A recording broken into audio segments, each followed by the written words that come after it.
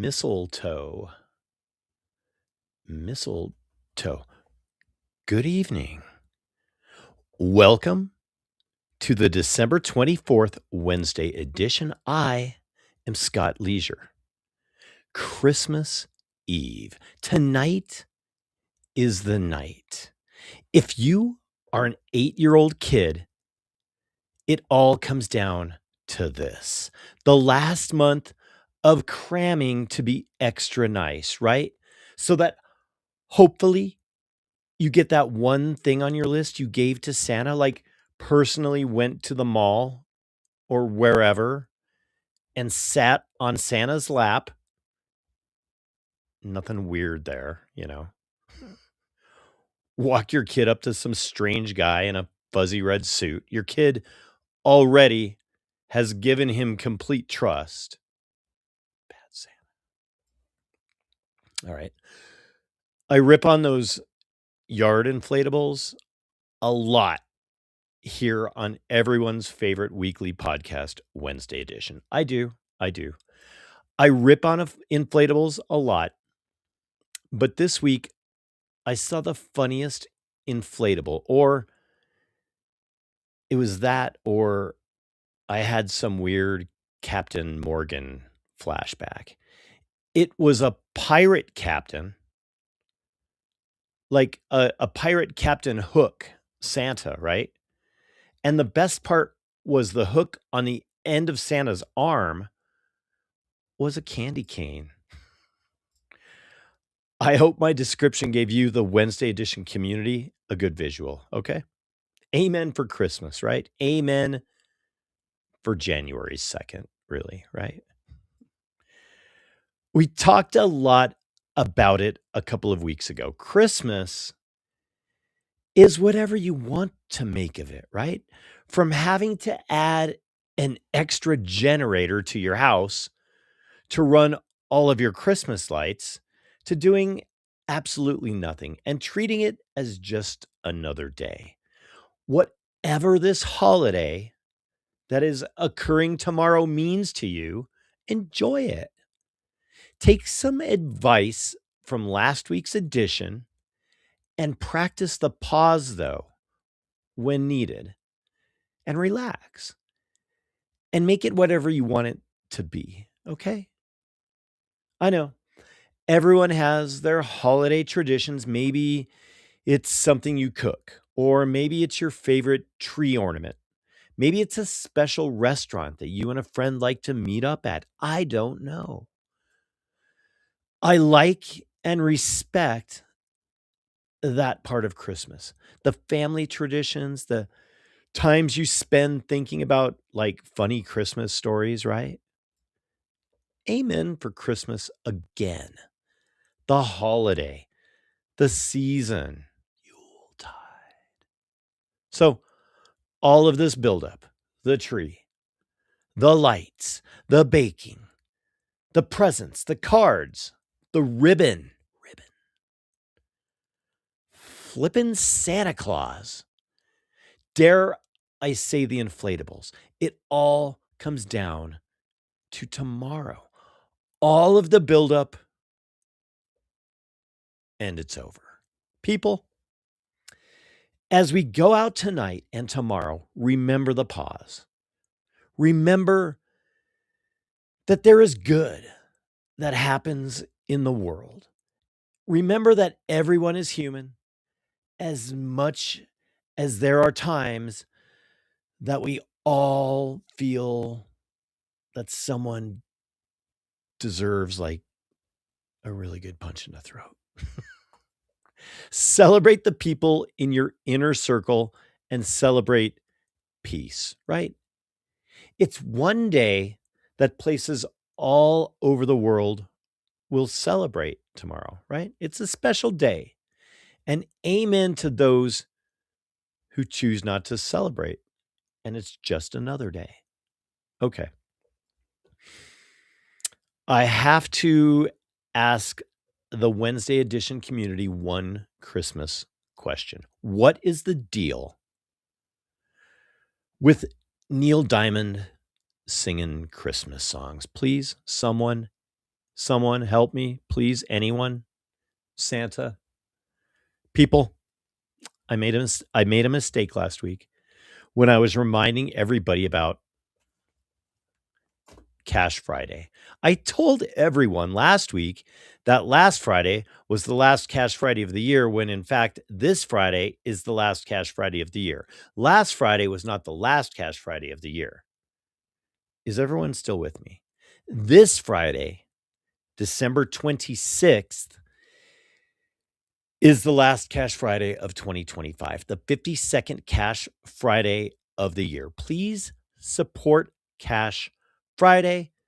Make some transactions this weekend using cash, preferably with a small business or an artist, okay? Keep doing your part, people. Keep doing your part to help keep the dollar alive. Cash Friday every week, people, every week. You know it's coming. You know it's coming every week. All right. Here's what I want you to do in the next few weeks, though. Take some cash and buy yourself a present. Hey, Scott, that's a marvelous idea, right? What are some gift ideas that you can give yourself?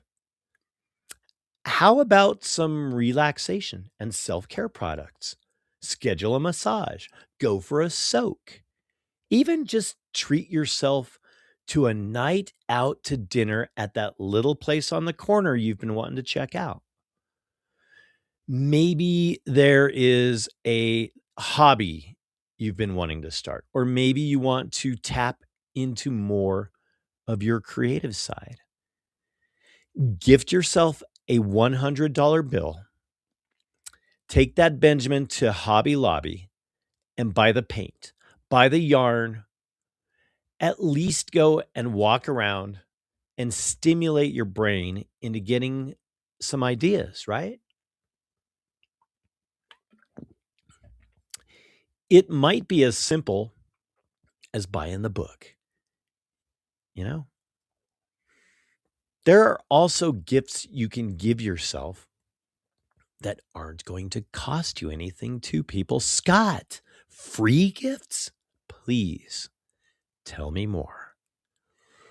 I think the best free thing you can give yourself is time. Maybe it's 2 p.m. Maybe it's 8 p.m. Maybe it's 4 a.m. Set an hour, if you can, aside and make that time your own, to do with it as you please. Maybe that is the time that you start your hobby, or you write out a meal plan, or you walk on the treadmill. Please wipe down the equipment, please. Please, please, please, people. Make it a resolution. That's a very achievable and easy resolution. I don't think we have this issue, though, within the Wednesday edition inner circle. But for outsiders, and you should know who you are, take the extra step and resolve to please wipe down the equipment. Please. Amen. For sanitization. Sanitization. Take that hour you set aside and read in the book you bought for yourself. Take an hour and think to yourself with a notebook and a pencil and do some journaling. You will learn so much about yourself by putting your thoughts to paper, people. Paper, people, paper, people. People, I hope that you all see where I am going with this. Self-care and self-love make up a big percentage of overall health. Stress is an everyday battle for everyone, right?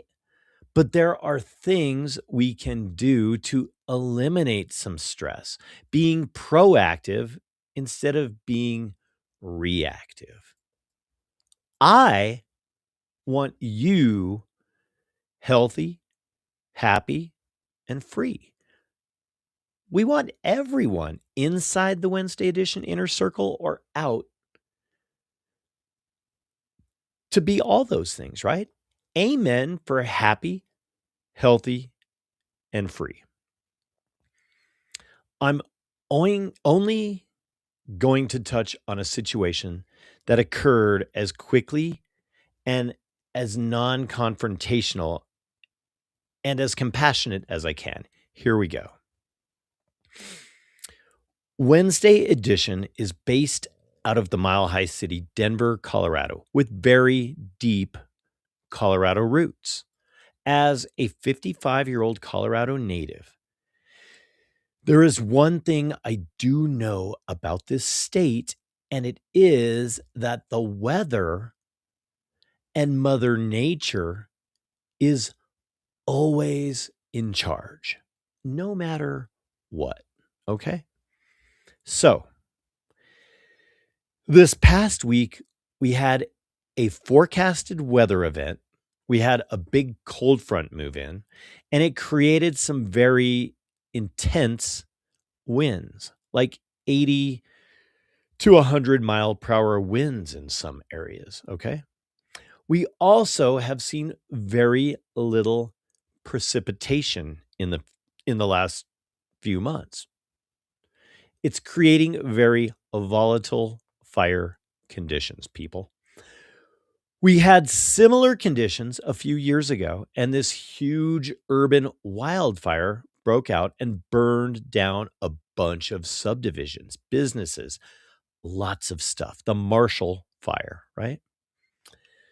The cause of this fire, which ended up being the most expensive wildfire in Colorado history, the cause was found to be some downed electrical lines. Now, there was also video that surfaced of a burning shed at the same intersection of the downed lines. The shed was on the property of a religious group, right? They go by the name of the 12 tribes. So the energy company was found liable and had to pay out tons of dollars to property owners. So this week, the energy company decided to proactively shut people's power completely off for 2 to 3 days during this weather event. A very broad area with weird little pockets that were not part of the shutoff. People that are referring to this as an outage need to change their verbiage. It was a shutoff and not an outage, okay? Do your research and form your own opinions, people. Feel free to message me. I would be happy to discuss my observations and my thoughts with you. Always, people, always. As your friend, Scott Leisure, I resolve to always be one DM away. Amen for direct messaging, right? Last week's approval rating dropped slightly from the really nice number we reached the week before, something like a 240, right? It dipped back to a 189. Good job, people. We like that number. We gave our best, and that is the true approval, right? Hey, there's RFK. Hey, where did he come from? He keeps popping up. He's trying to tell me something. I don't know. So I'm asking all of the Wednesday edition viewers to help walk through something with me. Okay, I know it's Christmas Eve, but we do at times have to discuss real life issues here on Wednesday edition. The Brown University shooting. So Saturday, December 13th, 4 p.m., the shooting, killing 2 and injuring like 9 occurs at Brown University. At 10:30 p.m., the police release a video of a person of interest. Of course, he's masked up, hat, lots of clothing. 7 a.m. Sunday, there is an announcement. There is a person in custody, and the danger threat has ended. Is everyone with me? At 10:45 p.m., that person is released from custody. At 5 p.m. Monday, the 15th, 49 hours after the shooting, the FBI releases new videos and pictures of, I think, a different guy that was a person of interest. I'm so confused. They also issue a $50,000 reward for the capture of the suspect. Tuesday, the 16th, shooter still at large. FBI releases another picture of a guy bundled up with a hat, and you can't see his face. Oh, I forgot to mention, there's like 1,200 cameras on the Brown University campus, okay? At 4:15 on Wednesday, the Providence police chief confirms that witnesses and surviving students have given descriptions of the shooter that match the person of interest, and that law enforcement have DNA of the suspected shooter that could be used to confirm his presence at the scene once they have someone to compare it to. Okay. So on Thursday in the afternoon, somehow they find this guy, chase him, and then find him dead from a self inflicted gunshot wound. Is that a fair timeline for anyone that's following this story? The whole story just seems off, people. I don't know. I personally am curious how they can get so much information about the guy out to the public when it seemed like hours earlier they had like zero leads. Maybe it's just me, people. We can pray for the families, though. We can pray for them affected, right? It's Christmas Eve, right? Thank you as always for allowing me to bring you Wednesday edition each and every week, an extension of my creative freedoms and an expression of my freedom of speech. Amen for freedoms and expressions. I hope you heard something you didn't know tonight. I hope maybe I opened a lane of your thinking that was closed. I hope you smiled and maybe even enjoyed some of my 20-minute weekly rant discussion. Please feel free to message me, people, for anything, feedback, questions, answers, suggestions, or even if you want that free t-shirt. But you have to post a picture of you in the shirt on Instagram and you have to tag me in it. It's the thought that counts, right? Keep cash alive and Google these 3 things this week, people. Number 1, Google the Marshall Fire and the 12 Tribes. People seem to forget about that little nugget, okay? Number 2, Google ways to save time in your day. People, I know we are all busy, but I know you can at least find 45 minutes a day to dedicate to yourself. Number 3, Google Neil Diamond Christmas songs. Enough said. Remember, the price we pay for associating with the wrong people is enough reason for us to be stricter about who we keep in our circles, right? Santa people, Santa is in everyone's inner circle, right? Okay.